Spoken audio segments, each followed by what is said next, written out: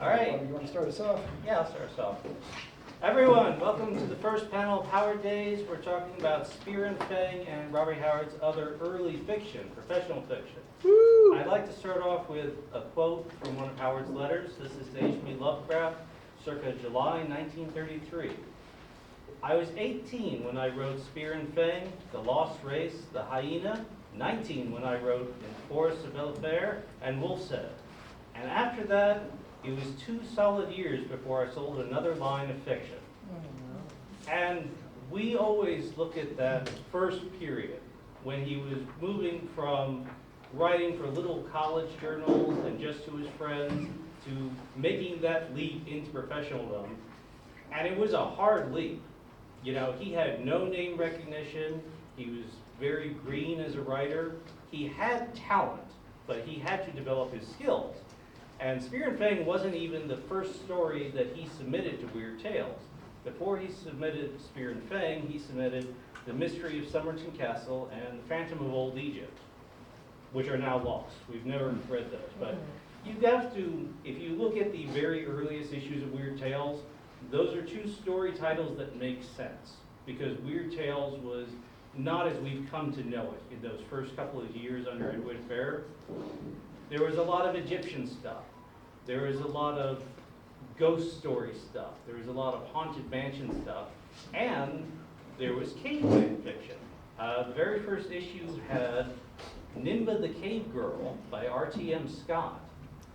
And you see that mode of caveman fiction throughout the pulp era. It's actually pre-pulp. It starts with H.G. Wells with Stories of the Stone Age in 1897. And it continues on with Edgar Rice Burroughs had The Cave Girl in 1913. There's Jack London's Before Adam is 1903, I think. H. Rider Haggard had Hugh Hugh, that was a little later, like early 20s, right before this period. Yeah, Burroughs had Cave Girl. You had Lost World by Arthur Conan Doyle. You know, where you get, you know, not just cavemen, but ape men, right? You know, that the kind of missing link fiction too, and it was hugely popular. There was one writer who's pretty obscure, but Rusty Burt is the one, you know, who found sort of found him out that we know Howard almost certainly, you know, had read some of the stories. And that was a man named Paul Anderson who wrote some caveman stories for Argus in 1921, I believe. 21, 22, is that right, Rusty? Yeah. You know, and we'll see that come up later. He had he wrote about people called the Ta'an, right? These Cro-Magnon folks. Which very much leads into the early, what was going to be the Cull stories. But that wasn't We'll talk about that later. We'll talk about that later. But what happened was Robert Howard was getting in those early issues of Weird Tales. He was reading them. He was trying to write stories that would fit. And Farnsworth Wright, the new editor after Edward Baird left, put out a call for a certain type of story. You've got a copy. You got a copy right there, right? Well, It's a facsimile of the issue that he would have read. And when Howard picked it up, there was With Weapons of Stone, A Tale of the Cavemen by C.M. Eddy Jr. So they were already appearing in a lot of caveman tales and Weird Tales. So what they're referring to was Farnsworth Wright was talking about, you know, we get a lot of these type of caveman stories. We get plenty of manuscripts dealing with fights between dinosaurs and pterodactyls on the one hand and cavemen on the other. But we send them all back because these strange creatures had disappeared from the earth before the first great anthropoid apes rose to the stature of manhood. According to the records of the rocks as read by the geologists, but Neanderthalers, is that right? It That's how is. we spell Yeah. It is. Okay. Yep. That always sounds weird to me. But Neanderthalers and Cro-Magnon existed side by side and waged relentless and savage warfare against each other. He then kind of digresses into this long paragraph that, you know, goes into, starts talking about Abraham Lincoln. So we'll skip that one. Right?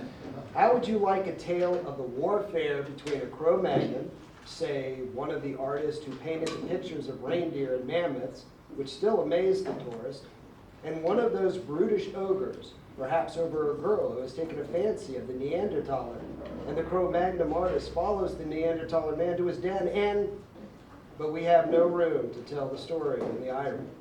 We wish one of our author friends would write it for us. Right. And that's exactly what he did. That's, how many people here have read Spear and Fang? Right, most people here. If you've read it, that is literally the plot, right? Here's the interesting thing. This was, what month was this? This was November. December of 1924. December, So it which came out means in November. it would have come out November. probably early November. We know from Post Oaks and Sandruff's, the Howard sort of quasi-fictional autobiography. In there, he talks about the fact that he had the story accepted, and he mentions a Thanksgiving football game where he's having a conversation about it. So sometime before November 27th, he Right. got the heads up. from that means Farnsworth Wright. he had to submit the story. He read this, Read it? right? Had to crank out the story, get it off to Farnsworth Wright, have Farnsworth Wright accept it all within a matter of 2 or 3 weeks. So one of the things I was kind of looking at was, why was he, obviously Howard's very prolific, he would crank stuff out, but I feel like one of the reasons why he was able to do this is because he kind of knew exactly what Farnsworth Wright was asking for, not just a caveman story with Cro-Magnon versus, a Neanderthal. Howard had also probably by this point started reading The Outline of History by H.G. Wells. And in there, it's a nonfiction book. It's one of Wells's a nonfiction sort of macro history, right? And in there's a section, and I feel like Wright must have been familiar with this idea as well, where he talks about Cro-Magnon man and Neanderthal man. He talks about Neanderthal being a brutish ogre, being the origin of folk tales of ogres and giants, which Wright specifically uses here in this.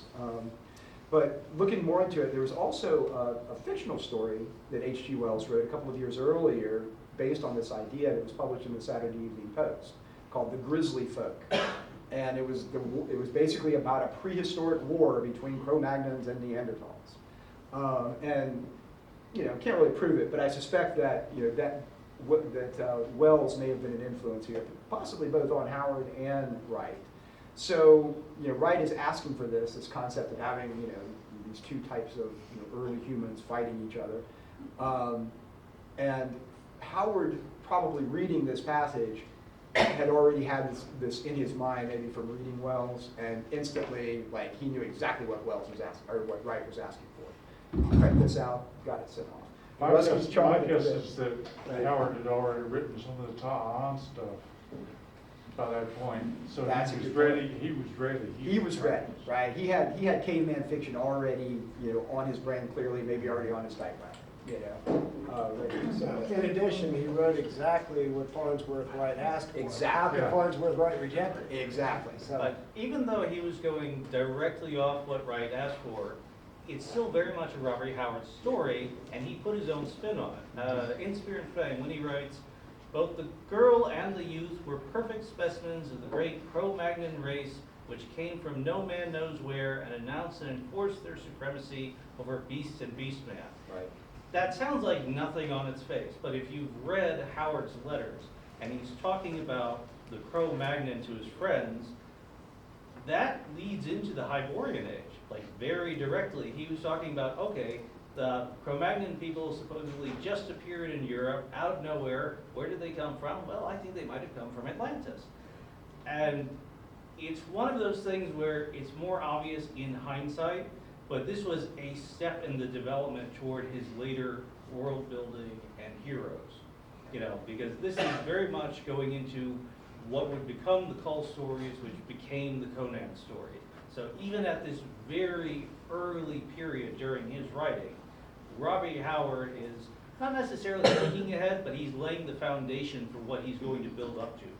You're starting to get hints of this, and we know the source that this idea likely came from, the idea that Cro-Magnon man just sort of suddenly appeared in Europe, especially Western Europe. It was a Scottish mythologist named Lewis Spence, who wrote a book in 1923 called The Problem with Atlantis.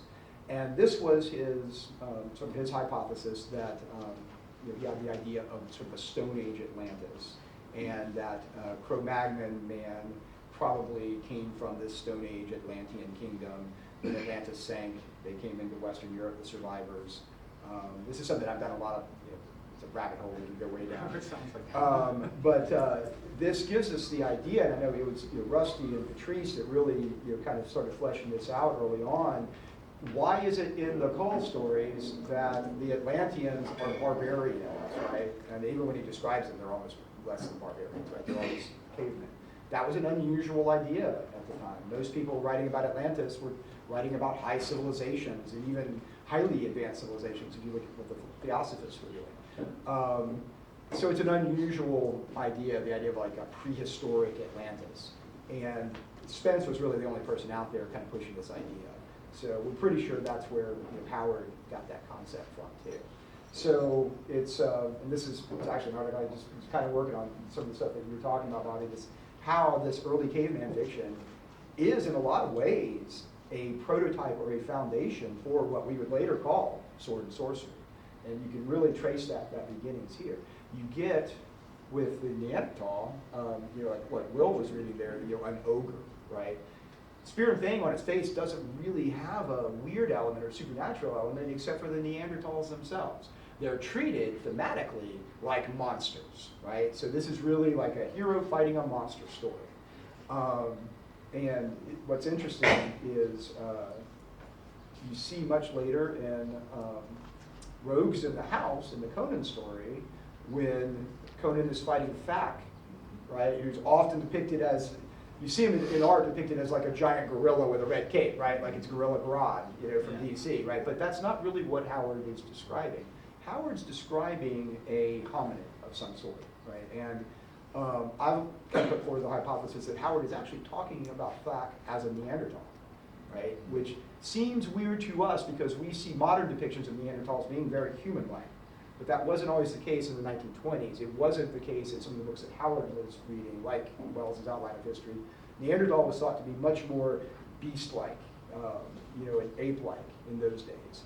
And when you read Spear and Fang, and the fight between the caveman protagonist in Spear and Fang, and you read the fight between Conan and Thak, the fight itself is almost identical in the way it plays out and in the language that Howard uses to describe what's going on, describing Thak versus the Neanderthals years earlier. So it's an interesting kind of thing. So you can see, again, right here, his first published story, some of the great things he would do later, those seeds are already planted here. Well, you look like you want to say something.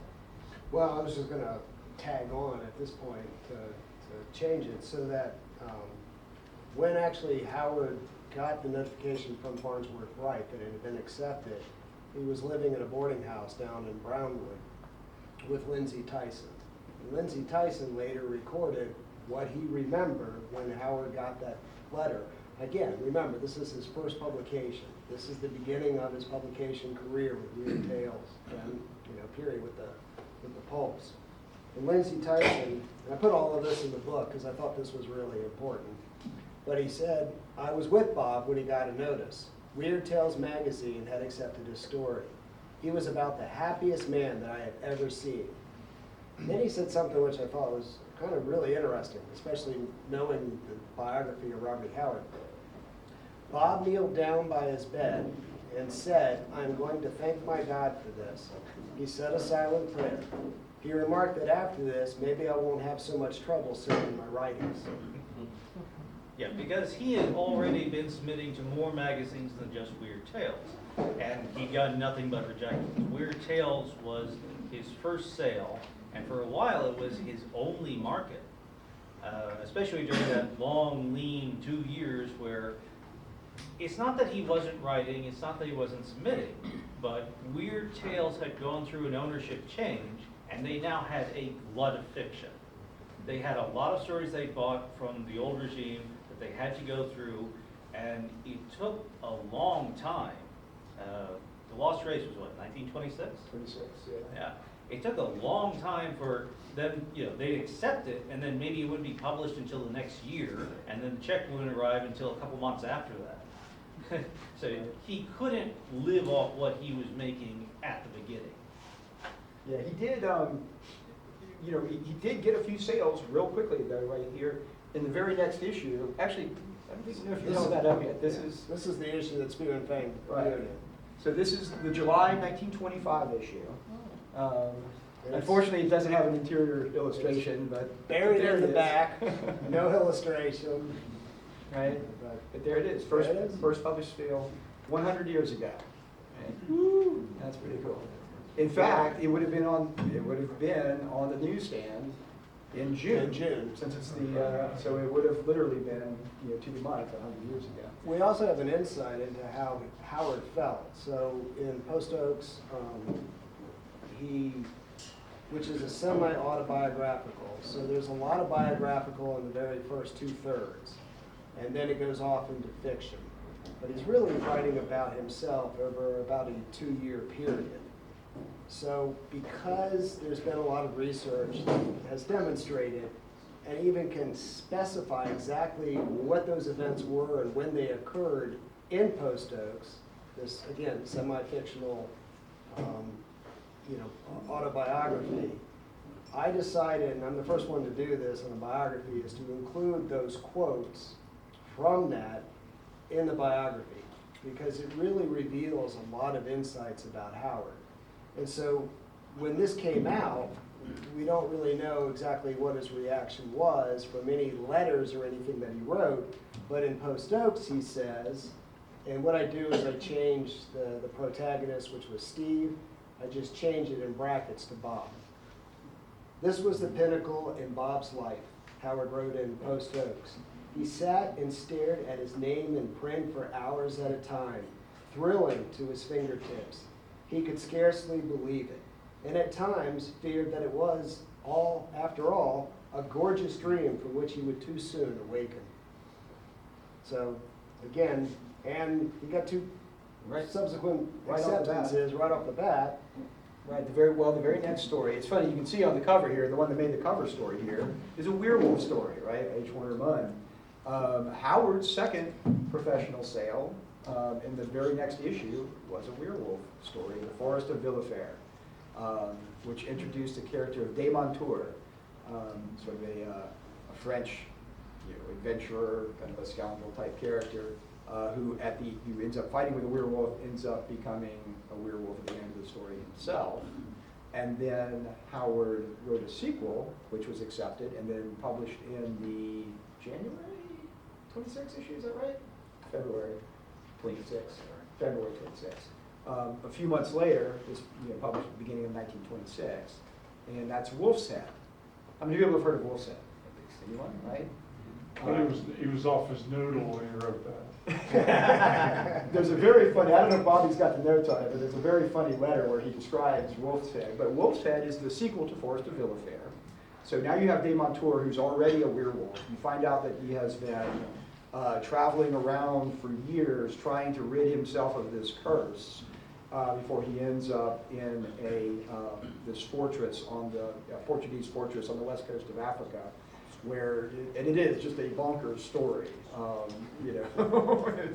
It's pretty crazy. But Lovecraft liked it. Well, of course, yeah. I first became conscious of him as a coming leader just a decade ago when, on a bench in Prospect Park, Brooklyn, I read Wolf's Head. I had read his 2 previous short tales with pleasure, but without especially noting the author.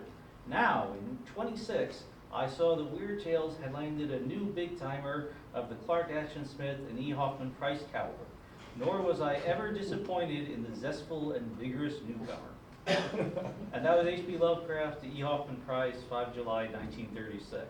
That was part of his memoir of Howard after he passed. But the funny thing about Wolf's Head is it's a mess of a story, but you can directly see the parallels with the first Solomon Kane story. Right, yeah. You know, you've got a villain that's a wolf. You have the trek to Africa.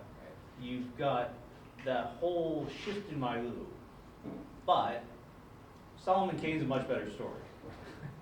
You can tell it's an early story. It's kind of a mess. But what's significant about it, in my opinion, something that's often not remarked upon, this is Howard's first professionally published recurring character, right? And he written a lot of stories of recurring characters before that, you know, the early Elder Rock stories, things like that. But this was the first time, like right off the bat, he's already, you know, working on the, you know, putting together a series with a character. It only lasts for 2 stories, right? But, you know, he was already of a mindset to try and do that, you know, and create this character. And I gotta tell you, I feel like Dave Montour is a very underused, you know, character, you know, for, you know, like some of the pastiches and stuff. You know, there's lots of stories out, you know, pastiche stories about Solomon Kane and Call.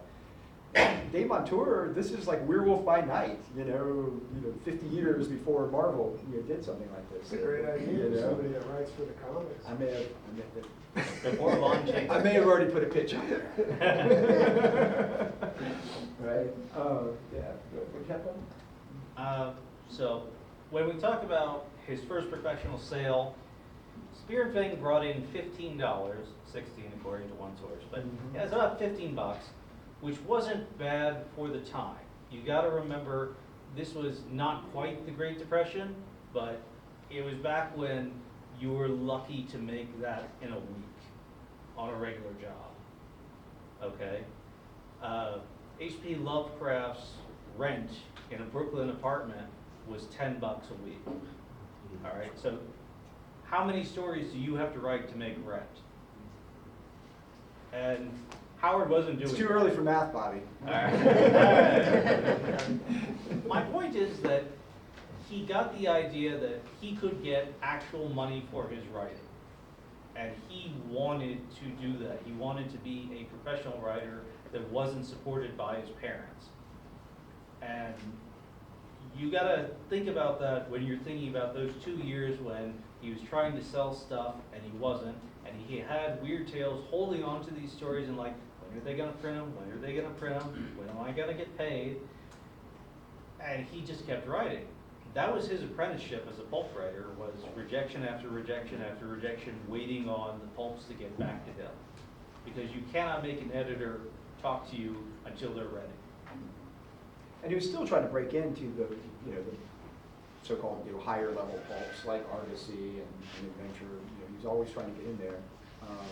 He did eventually get a story in Argosy later, but you know, often he would still have to fall back on Weird Tales, even when he would write something like the story that we know is Red Shadows. You know, he called it Solomon Kane to start with. Was written originally. It was submitted, I believe, to Argosy, wasn't it, Rusty? I think maybe one of them. I Anyway. thought it was Adventure. Maybe it was Adventure. It may have been Adventure. I thought it was Right. Adventure. You know, so you know, he was trying to break into those higher level, you know, genre pulp, you know, multi-genre pulps, right? General fiction pulps. But he would always make sure he would include a supernatural or a weird element in there, because once he, you know, he inevitably got rejected by Adventure, he could always turn around and send it to Farnsworth Wright and get it published in Weird Tales, because he had some sort of weird element in it,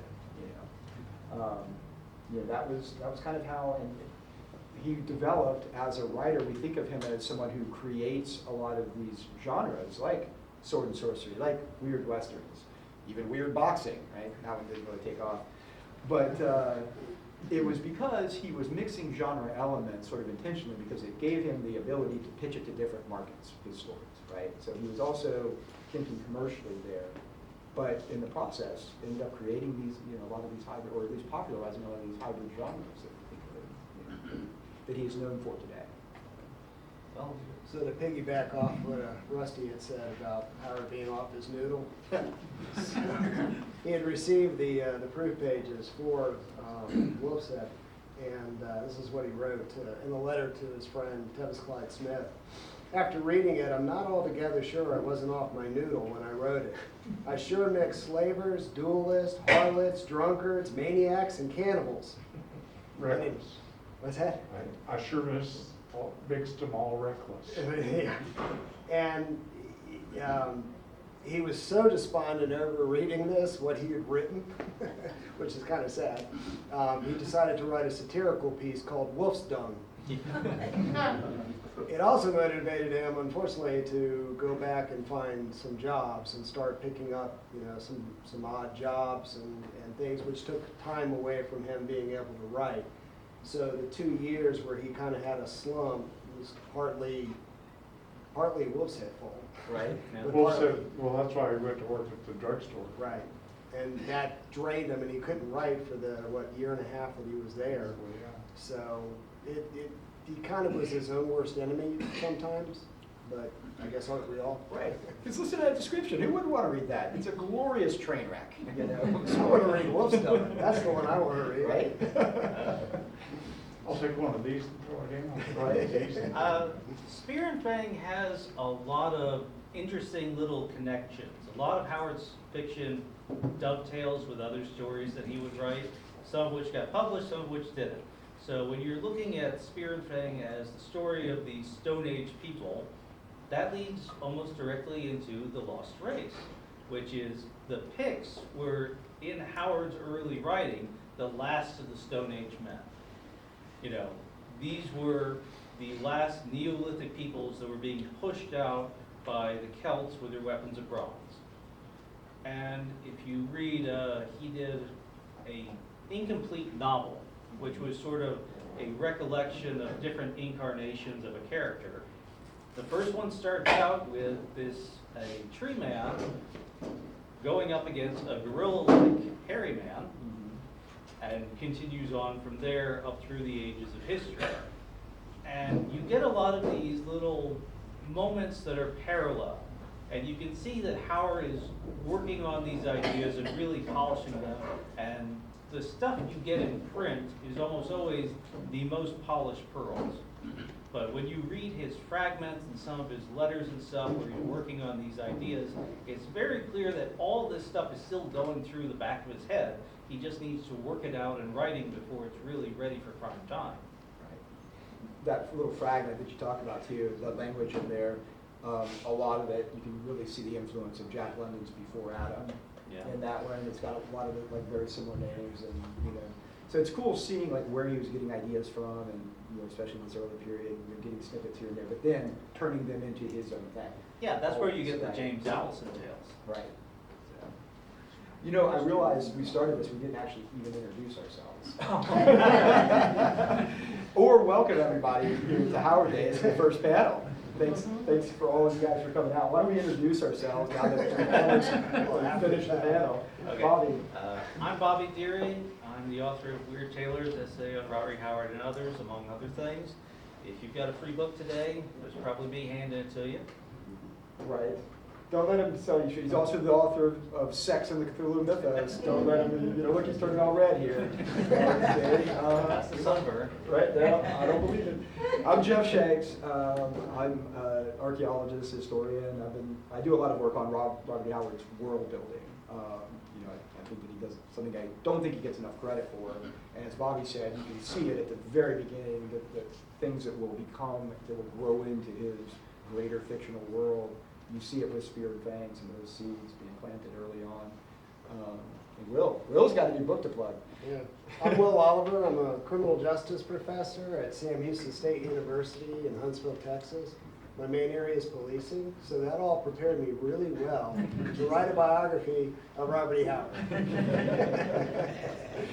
So this just came out in April, and so far it's gotten really good reviews, which I'm It very. is truly excellent. I got Rusty saying it, so we're done. Rusty's glad because now he doesn't have to write it. That's all.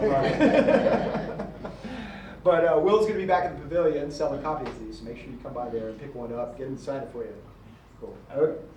Let's talk very briefly about the legacy of Spear and Fang. And there's two things I want to talk about. The first one is Manly Wade Wellman, who was a Weird Tales author that really came into his own during the 1940s and 50s under editor Dorothy McGilwraith. And McGilwraith worked with Wellman to develop series characters, but Wellman started out under Farnsworth Wright trying to sell him stories about this guy from Atlantis. And it didn't work because there was already a series about a guy from Atlantis called Call. But Wellman sort of mined the same vein as Spear and Fang in his Hawk the Mighty stories. And Hawk the Mighty was a Cro-Magnon in what would be Europe, fighting against the harried men who were the Neanderthals, which he later connected to the Shinokin in one of the early occult detective stories. But there's actually a story, Hawk Goes to Atlantis, which there was a theory at the time of the Mediterranean was walled off from the sea. It was all grassland, sort of like Doggerland, how we think of it today. And then the Mediterranean came in and flooded it all. But that was Hawk going to Atlantis, was walking across the bottom of what we think of the Mediterranean Sea to this big city on a cliff. And that's a little bit out of continuity. But the other No, thing, that's good. They, just to throw it out there, I think it was Paizo actually reprinted all the Wellman's Hawk the Mighty stories a few years back in paperback. So it's actually, it's out there in print, available collection of them. but the big thing was Primal, the animated series. Right. Who are the characters in it? Spear and Fang. That was very much a thematic nod to Robert E. Howard. And it's a wonderful series if you've never seen it. How many people have seen Primal, Tartakovsky's Primal on was it Hulu, I guess? On Max. Yeah. Max, yeah, it's on Max. Originally, but it's available on several streaming platforms now. When is that from? I'm sorry? When is it from? So it's out there now. In fact, the second season just dropped like last year, I think. Oh, Something so like yeah, that. very recent. So highly recommend it. Tartakovsky's a huge Robert E. Howard fan, as Bobby said, and he's not hiding it, right? And it's a caveman fiction, but the main character is basically Conan with the serial numbers filed off, right? As a caveman. It's very clear Tartakovsky wanted to do Conan, but this is his way of getting around that and doing his version of the character, but as a caveman, doing that. By the second season, he basically drops all pretenses and just gives this caveman a sword, and all of a sudden now it's Conan. And that second season, now it's the Hyborian age with the serial numbers filed off. With magic and monsters.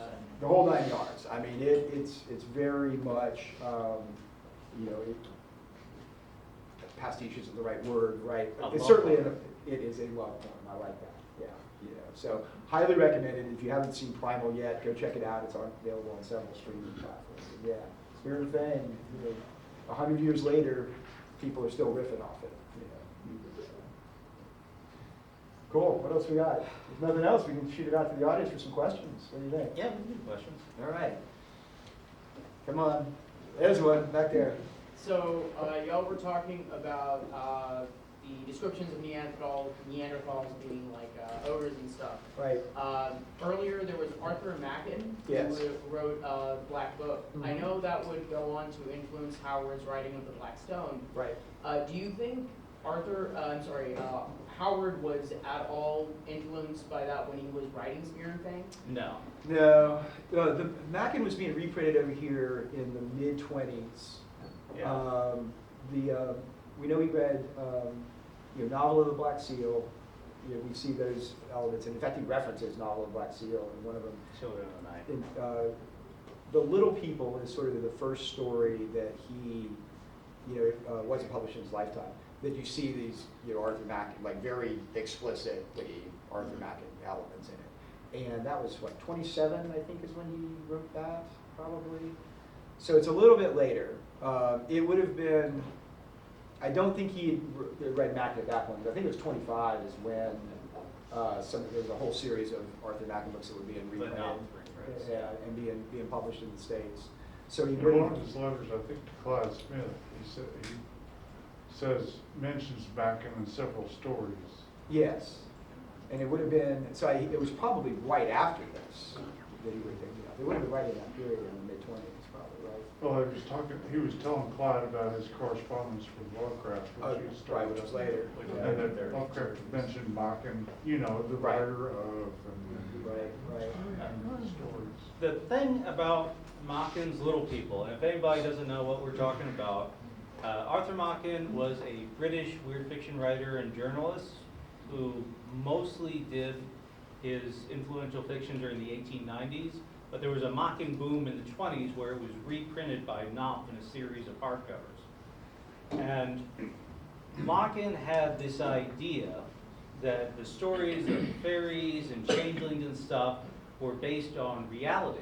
That there was a small people that lived in the British Isles before everybody else got there, and they had stone tools and strange powers, and those were the origins of the fairies. And this is an idea called euhemerism, the idea that behind every legend and folk tale, there's some kernel of truth.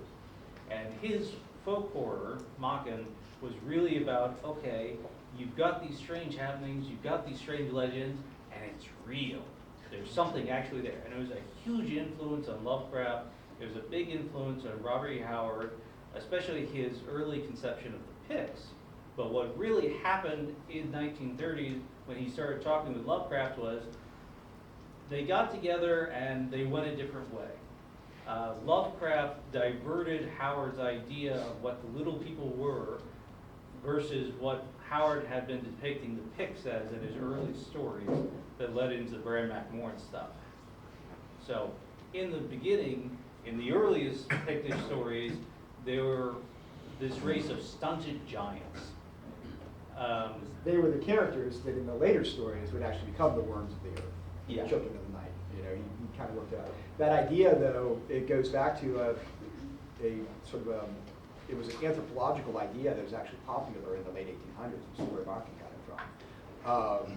So there were legitimate, like, early anthropologists pushing this idea of a prehistoric pygmy race in Europe, you know, and people bought into it. Max Mueller, the famous mythologist and folklorist, he really liked it for a while. And another writer that was also influenced by this idea is J.R.R. Tolkien. One of Tolkien's professors at Oxford was one of the last anthropologists that was a holdout on that, you know, this pygmy prehistoric race idea. And that's where we get hobbits from, right? So And orcs. and orcs, right? You know, so the sort of subterranean, you know, people. So they were doing the same thing. But I love the idea that you know, Tolkien takes this idea that, you know, Machen was using and that, you know, anthropologists were talking about, and he creates these cute little pudgy hobbits underground, subterranean. Howard hears about this idea, and they're devolved, evil little dwarf reptilian subterranean creatures, right? That more than anything else, to me, I think sometimes encapsulates that difference between Howard and Tolkien. Right? The worms of Middle Earth. All right. Another question? Yes, I have a question in relation to coal. I remember reading somewhere that Plato talked about how in Atlantis that people would start off as morally superior, and as they went on more quote-unquote civilized, they would grow greedy and morally decay. Do you think this idea had any influence on Howard and how he approached coal and as a noble barbarian? Oh, that's a good one to unpack. Well, there's a lot to unpack there. Yeah. If you look at That's a good how question. Atlantis was depicted, especially in the pages of Weird Tales early on, like Clark Ashton Smith shows a very decadent, magic-heavy, science-heavy Atlantis. You know, this is Atlantis near the end of its arc of civilization, as Spencer would have it. Howard has it the other way around. He's depicting the early Atlantis, the Atlantis that is just emerging from absolute savagery. And you don't actually see it much in the Cole stories themselves. There's more in the early fragments. But Yeah, I think it is different. I mean, what Plato was doing there is playing on kind of an older Greek idea of, you know, of a golden age in the past, and that, you know, Hesiod is actually really kind of the first one that comes up, you know, has that basic premise, right? Where you begin with a golden age that then degenerates into a silver age and an age of heroes, and that mankind, you know, does degrade over time. And I think you're right. I think Howard, though, he was playing with these kinds of ideas. It's sort of the opposite of what was becoming popular in anthropology in the late 1800s. With coming after Darwinism, people started applying the theory of evolution to cultures, and it was they kind of had the opposite extreme. Cultures evolve over time, just like you know, animals and humans do, right? And you start out at a level of, quote, savagery was the term that was used, and you evolve into barbarians, and you evolve into civilizations, right? So there was at the time, the exact opposite of the way the Greeks thought. right? That humans devolved over time.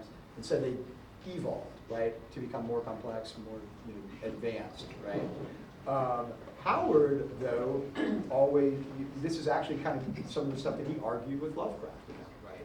Howard, you see in all of his writings, what he does is he has civilizations and cultures, they rise up, they become more evolved, but then something happens and they crash back down and they become devolved again, and they can rise back up and back down again.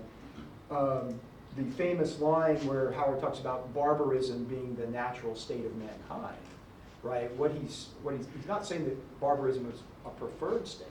What he's saying is that barbarism is that point of equilibrium in the middle between savagery down here and civilization up here, right? As some cultures are moving up and down, they sort of, that point of barbarism in the middle is maybe the more natural state for humanity. So Howard was kind of toying with his own sort of version of this idea, not humans devolving over time necessarily or evolving, but doing all of those things, right? Both up and down over time throughout history. That was way more than you probably want. And it should probably be added that we don't know that Howard ever read Plato or no. Well, I would argue it this way, or I would answer you this way. When Plato was doing that, it was in the Dialogues Timaeus. And what he was doing was kind of setting up this perfect society as an analogy to talk about how that would function within that. The problem is that over time, people started to believe that Atlantis was real and that it had sunken and gone away. And so that kept kind of coming up as people saying that, Plato was referring to a real country that disappeared. Well, again, it developed into its own thing. And the interesting thing is, in America, so again, getting closer to home here, Ignatius L. Donnelly wrote a book in 1882 called Atlantis, the Antediluvian World. And I was amused when I found out he was actually a U.S. congressman. He was from Minnesota. But he was writing as if Atlantis was real. And so it caught the popular attention, and people started researching Atlantis as if it were real. You probably know more about this than I do. I actually have a letter, a handwritten letter of Donnelly's. Yeah. Oh, yeah? Cool. Yeah, this is a rabbit hole I run way down. But yeah, so Donnelly really popularized that idea of Atlantis as a real place. If it weren't for Donnelly, we would not have had, it wasn't a direct influence, but we wouldn't have had Call of Atlantis probably if it hadn't been for Donnelly writing in 1882. Donnelly was inspired by Jules Verne, 20,000 Leagues Under the Sea, where there's the famous scene. Atlantis had kind of fallen out of popular culture, by that point, until Jules Verne has this famous scene where the Nautilus, they find the subterranean ruins of Atlantis in that scene, and that inspired Donnelly to throw out the idea. Much of Atlantis proponents today, like people like Graham Hancock and stuff like that, in a lot of ways, all they're doing is just regurgitating what Donnelly was saying in 1882, right? The idea of, hey, there's pyramids on this side of the Atlantic and pyramids on this side of the Atlantic, so they must have come from Atlantis, right? And this is the idea of what we call diffusionism in archaeology. But it set that stage, right? Right after that, you get the Theosophists playing on a more fantastic version of Atlantis, an advanced version of Atlantis, and Howard was influenced by theosophical writers.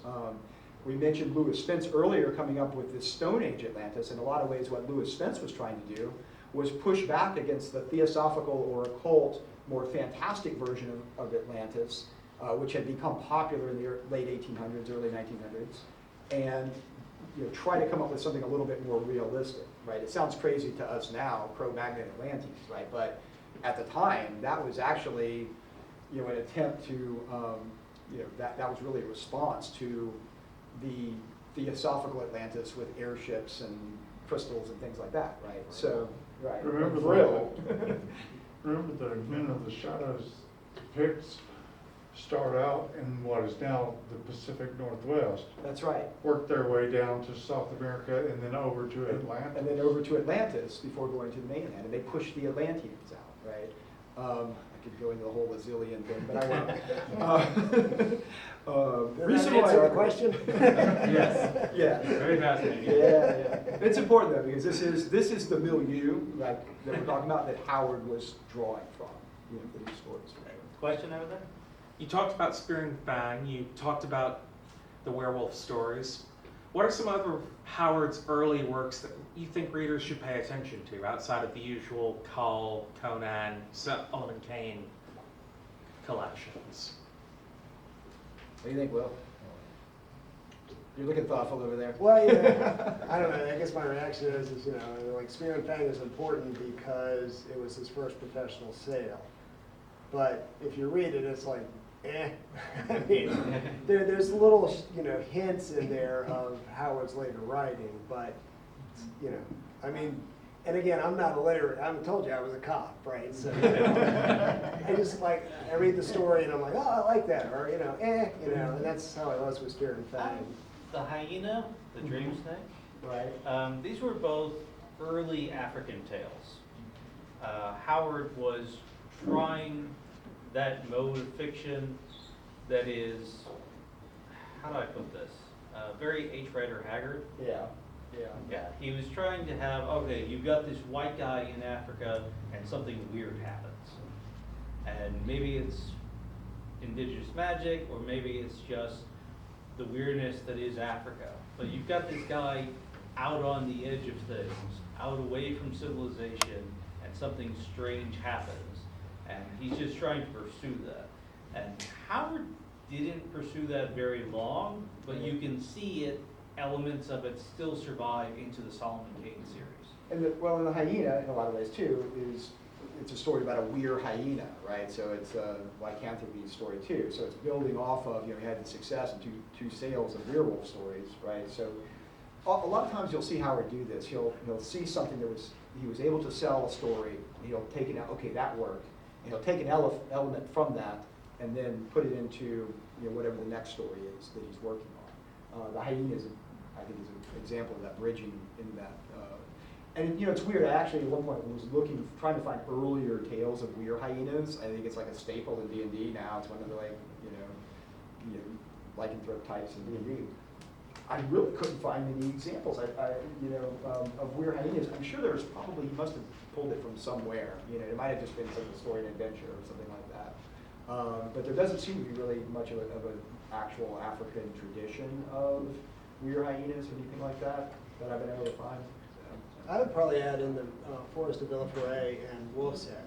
And there's actually a reason I'm working on it. It's kind of slow going, but so far every werewolf story that I have read that was published before Howard published those two stories in Weird Tales, every one of them, the werewolf tale, the man turns into a wolf, 4 legs, dog-like, right? But he has it where in the full moon he turns into a wolf man. And I have yet to find, I'm still reading through all of these old werewolf stories, etc., but I have not found that yet. So in many ways, the question is, did Howard actually create turning into a werewolf as we know it today, the wolf man? Yeah, I gotta think about that one. Yeah. Thank you. Good call. Damn it, Will, I don't need any more rabbit holes.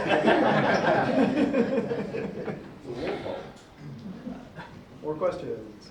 Were there a lot of instances, since he was rejected a lot early in his career, were there a lot of instances of him sort of repurposing material later? I know, like isn't that kind of where Conan came from, rejected Cull story, right?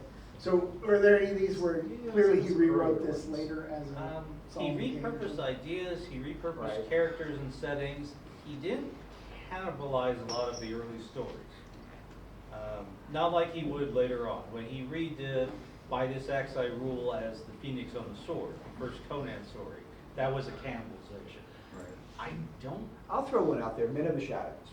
All right, yeah. Men of the Shadows was an early Brad McMorran story that wasn't published at the time. But in that story, it's a Brad McMorran story, but mostly it's really just a Pictish shaman telling the history, like that Rusty was just alluding to earlier, right? This is the history of the races of mankind, and the Picts were the first race.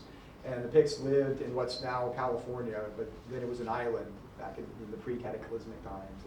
And then the Lemurians in the Pacific, are the second race. And this is actually something I'm going to talk about this a little bit in my paper later in the Glenn Lord Symposium. Then the Atlanteans were the third race, and then the Celts were the fourth race. And he talks about people, the Picts migrate into mainland America, and then to Atlantis, and then over South America, and then over to Europe, and then the Atlanteans get pushed into Europe, and he talks about Neanderthal beast men, right? He calls them beast men. Then there's great cataclysm that sinks Atlantis and Lemuria, and it raises up the continent of North America, so it's not islands anymore. This is the great cataclysm that is used later. This is the prototype for it. He wrote that story in late 25, early 26. This becomes the model for the Hyborian Age. What we see in the Hyborian Age essay, 7 years later, basically. That's the prototype for Howard's fictional prehistoric world, where you have Atlantis and Lemuria and the Pictish Isles. Then there's a great cataclysm, right, that creates a new world, and that becomes the world of Kull first, and then later with some tweaks, he plugs the Hyborian Age into it, and it becomes the Hyborian Age. It's kind of like his head canon the whole time. 100% in his head canon, right. He did a couple of different versions of Old Pictish Wizard tells the tale of the race, right? And he elaborates a little more each time. I think he did 2 or 3 of those. He did, and it's funny, Farnsworth Wright rejected it, because basically it's just a bookend story where it's like, hey, here's Brandon Bourne and the Pictish shaman and a Roman centurion, but the whole story is just this Pictish shaman narrating this history. And Farnsworth Wright called him out on it. He's like, this isn't really a story. This is just some kind of weird history thing that you're writing. A few years ago, I published something. We found, I think Patrice had sent something of these early drafts that are drafts of Men of the Shadows, and I was able to kind of figure out, piece them together. There were 2 or 3 little things where you can see him working it out. And it really is just this historical essay. It's like a prototype of the Hyborian Age essay, but written probably in late 25, early 26. And he wrote all of that, and then he wrote this Bram Morn story and just plugged this history into it. He's like, oh, I got to turn it into a story.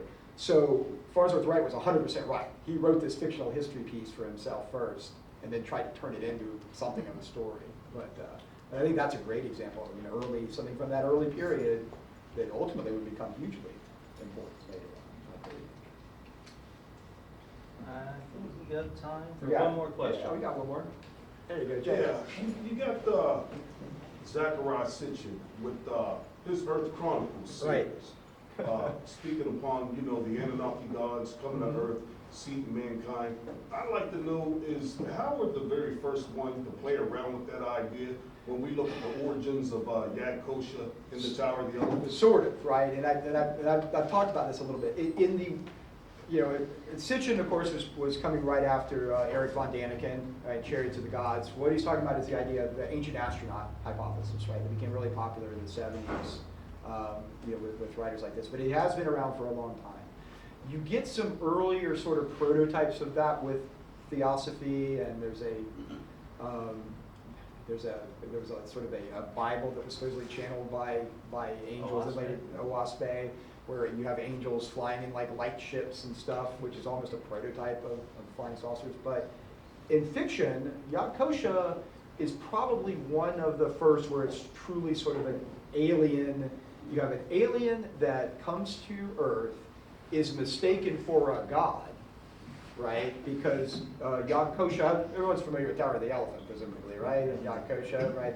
Elephant-headed, alien creature who is almost certainly the Yakosha Ganesha, right? The Hindu god Ganesha. And Yakosha is worshipped in the East as a god, even in the story, right? And this is another example of euhemerism, like Bobby was talking about earlier, the idea that there was something real in the past and it gets, turns into mythology or religion, right? And Howard might have been inspired by Lovecraft's use. Right. So Call of Cthulhu had come out a few years before, right?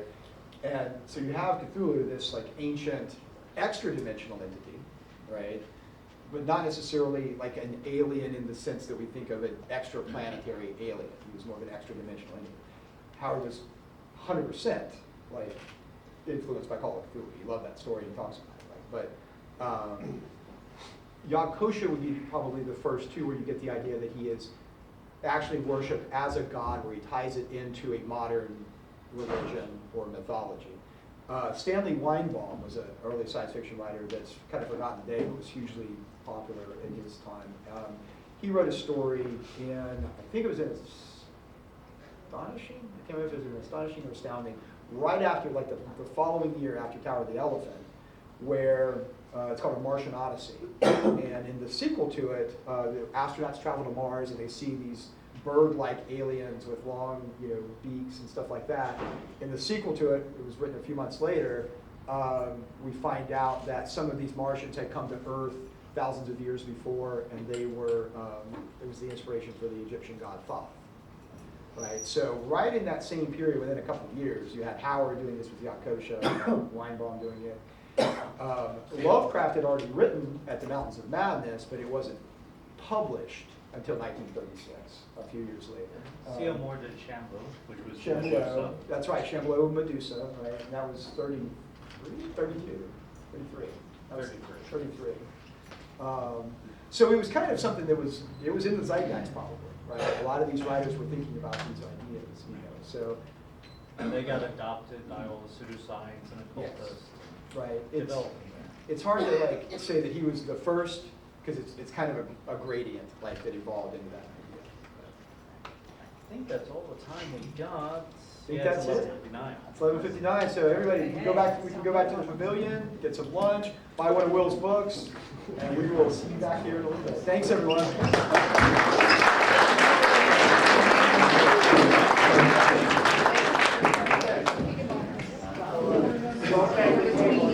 I know, right?